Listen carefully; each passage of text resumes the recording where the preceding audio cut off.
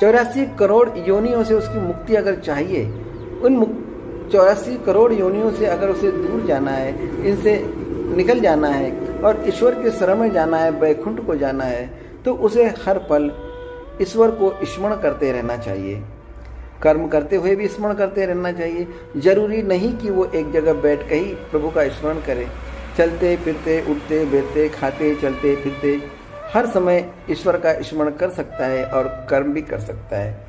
और जब वो इस प्रकार कार्य करेगा, इस प्रकार कर्म करेगा और अंतिम क्षणों में वो मोक्ष का अधिकारी हो जाएगा, क्योंकि अंतिम क्षणों में बस उसे ईश्वर ही याद रहेंगे, क्योंकि सारे सुख से तृप्त हो जाएगा। क्योंकि जीवन में वो पत्नी सुख, पुत्र सुख, धन सुख, हर चीज को भोग लेता है और भोगने के बाद उनसे वह मुक्त होना चाहता है। और जब व्यक्ति मुक्त हो जाता है तो ईश्वर की शरण में जाता है।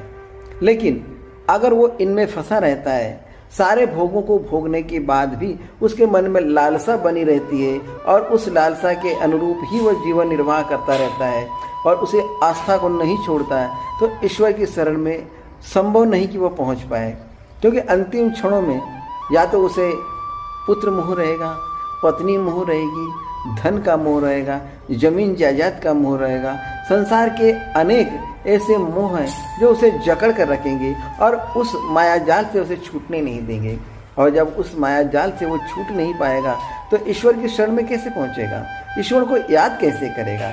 क्योंकि व्यक्ति वही ईश्वर को याद करता है जो ईश्वर उसके मन मस्तिष्क में बसा रहता है, कर्म करता है, जीवन जीता है, सारे भोगों को भोगने के साथ ही ईश्वर को याद करता है। क्योंकि इस संसार का नियम है, जो जन्म लिया है वो तो मरेगा ही। एक बात और यहाँ पर है कि व्यक्ति जन्म के साथ कोरे कागज की तरह इस धरती पर आता है और कर्मों की स्याही से अपना पूरा ग्रंथ लिखता है।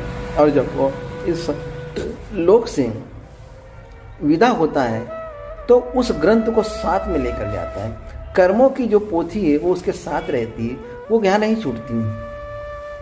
धन, दौलत, पत्नी, पुत्र सारे यहीं रह जाते हैं, यहाँ तक कि तन के कपड़े भी उतार दिए जाते हैं, लेकिन कर्मों की पोथी उसके साथ जाती है।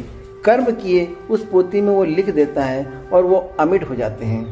तो व्यक्ति ने जीवन में ऐसे ही कर्म करने चाहिए जो उसके जीवन को सुधार सके और अंतिम क्षणों में ईश्वर को याद कर सके। क्योंकि ईश्वर तभी याद आएगा जब वो ईश्वर की शरण में होगा।